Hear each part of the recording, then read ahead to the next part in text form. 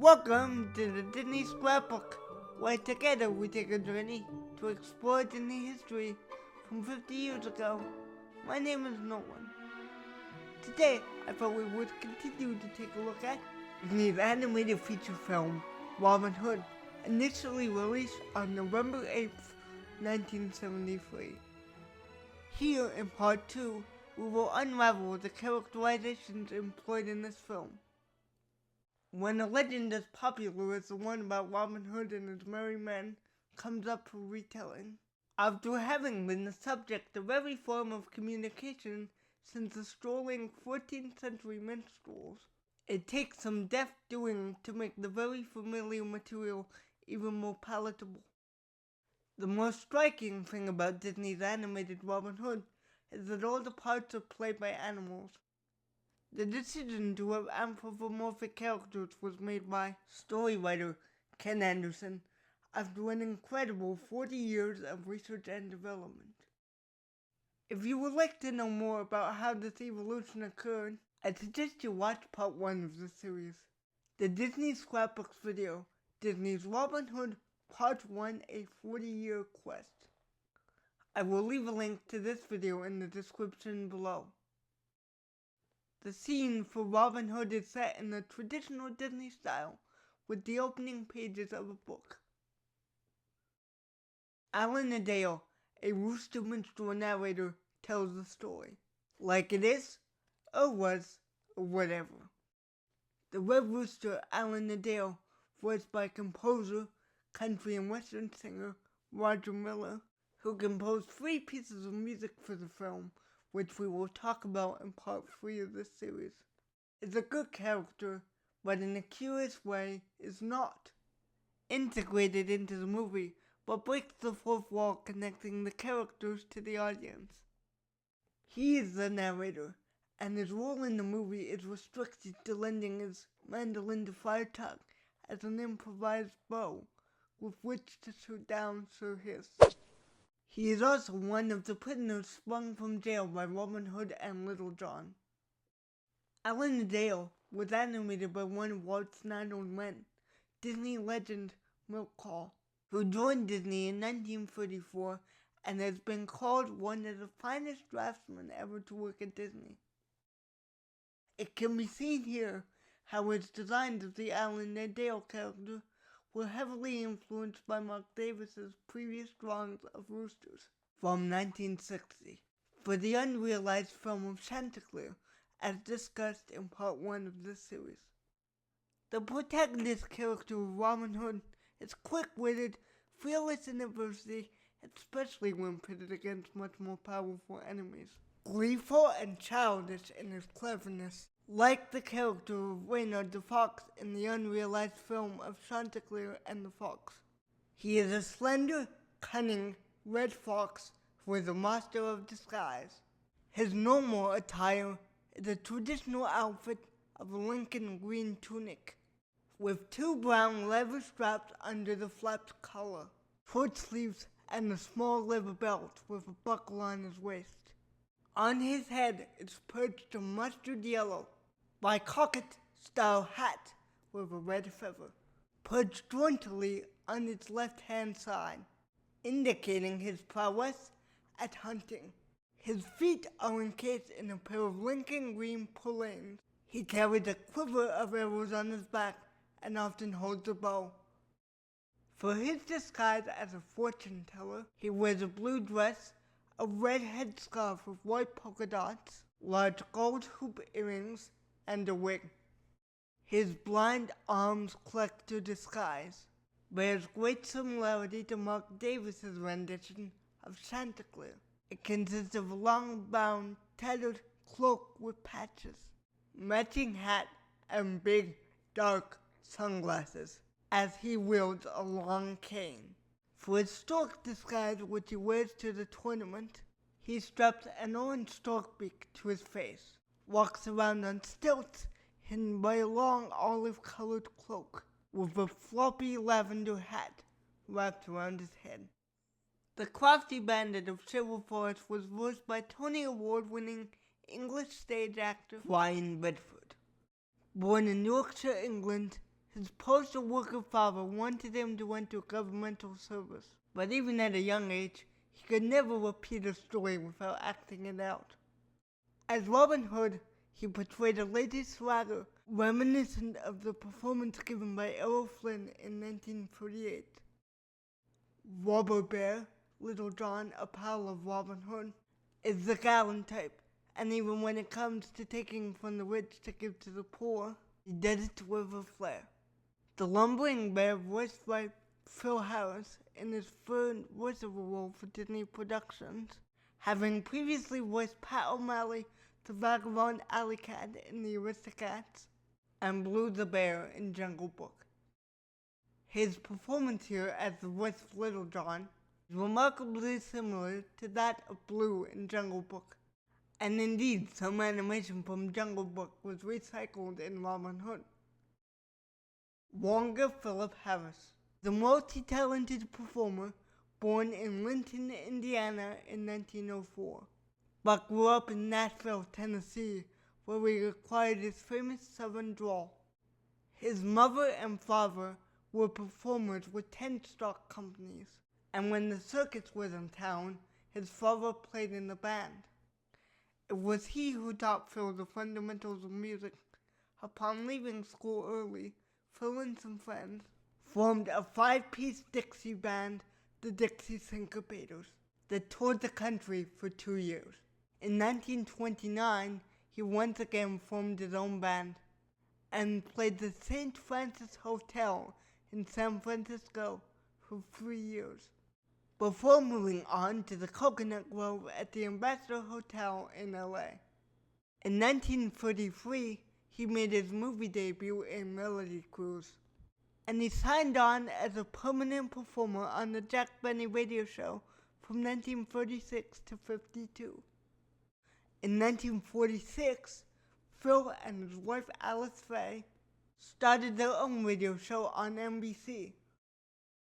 Although most characters in the Robin Hood film speak with an English accent, Phil Harris's Little John unashamedly does not, but his American accent somehow works for the character, just as much as it did as Blue, the misplaced bear in the jungle.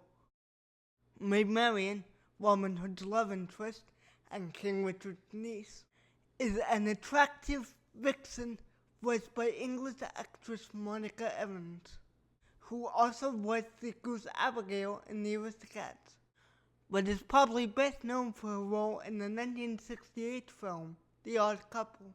Here, you are able to see how the animation from Snow White was reused for Maid Marian. Prince John, the villain of the film, is a greedy, cowardly lion who sucks his thumb.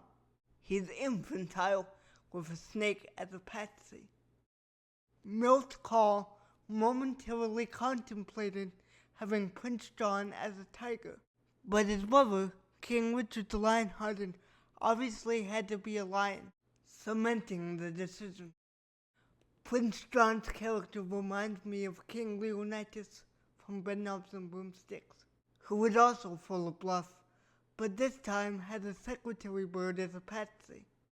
Ollie Johnson very much enjoyed animating Prince John, as he felt that the choice of Peter Ustinov to play the voice was perfect casting. 2-time Academy Award-winning actor, producer, director, journalist, novelist, and playwright, Sir Peter Alexander Ustinov was born in London in 1921 to a journalist father and an artist mother. He was fluent in French, German, Italian, English, Russian, and Spanish, and could speak possibly in Turkish and Greek. His expertise in dialect and physical comedy made him a regular guest of talk show hosts and late-night comedians. For Disney, he appeared as Blackbeard in the 1968 film Blackbeard's Ghost, then in 1975 as Hump Wong in When Our Dinosaurs Is Missing, and in 1976 as Dr. Snodgrass in Treasure of Matecum. As Prince John, he encompasses the role and is hilarious. He also provided Prince John's German voice for the film. and King Richard's one line, "Ah, Friar Tuck, it now appears that I have an outlaw for an in-law." The minor role of the kind-hearted priest and friend of Robin Hood and Little John, Friar Tuck, is depicted as a badger, and bears a remarkable similarity to his voice actor, veteran graveled voice actor Andy Devine.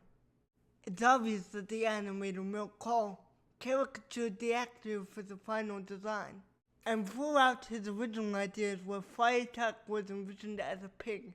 But during a recording test at the studio, producer-director Willie Riverman realized that Andy was not only right for the voice, but was the perfect model for the kindly churchman. Rotund comic character actor Andy Devine's career began in the silent movies of 1926.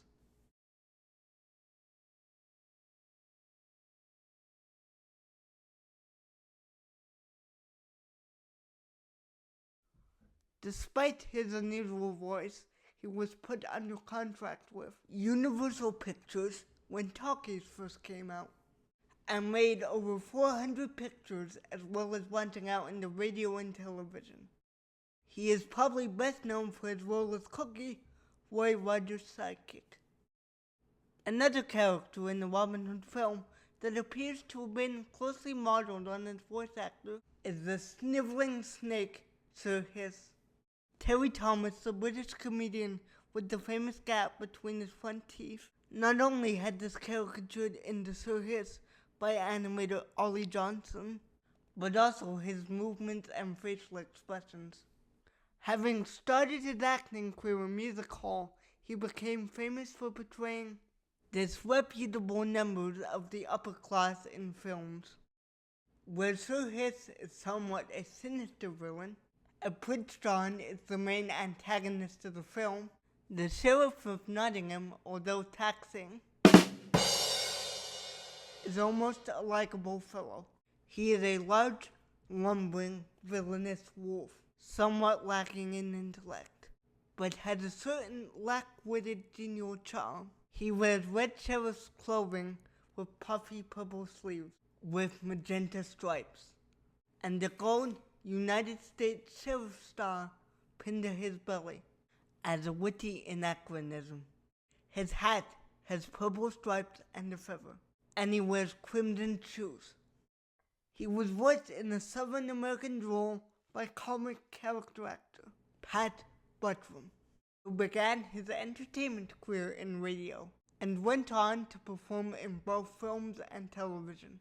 For Disney, he voiced Napoleon in The Aristocats, Luke in The Rescuers, Chief in The Fox and the Hound, and Possum Park MC in a Goofy movie. Spirited Lady Cluck, Maid Marian's Lady-in-Waiting, is a fiercely independent, buxom chicken, voiced in Scottish brogue, provided by English actress Carol Shelley. The Vultures Trigger and Nutsy, a personal guard for the Sheriff of Nottingham, and are voiced by George Lindsey and Ken Curtis. They are reminiscent of those from Jungle Book, and from the animated section of Bedknobs and Bromsticks where the vultures carry the stretcher onto the soccer pitch. The blend of British and American accents used in this film is somewhat disconcerting. But starting work on Robin Hood in 1968, the timing of creating this animated feature, simultaneously to developing and constructing Walt Disney World in Florida, and producing the big budget musical film of Bedknobs and Bromsticks, resulted in a limited budget. As the studio's monetary resources were stretched thin, therefore, it was managed to be created on a $1.5 million budget by repurposing previously animated film. However, on its initial release, it brought in $9 million. Stay tuned for part 3 of this trilogy, where we will delve into the film's musical score, advertising, and merchandising campaign. Thank you for listening. If you would like to watch Robin Hood for yourself before part 3 of the series, it is available on iTunes, YouTube, Amazon Prime, Google Play, Disney Plus, and of course DVD. If you enjoyed this type of 50th anniversary content, please like and subscribe and hit that notification bell. The Disney Scrapbook will be producing other 50th anniversary content throughout the year that will include reviews of Disney films, LPs, books, and free book content. Thank you all for watching. See you again soon. TTFN. Ta-da for now.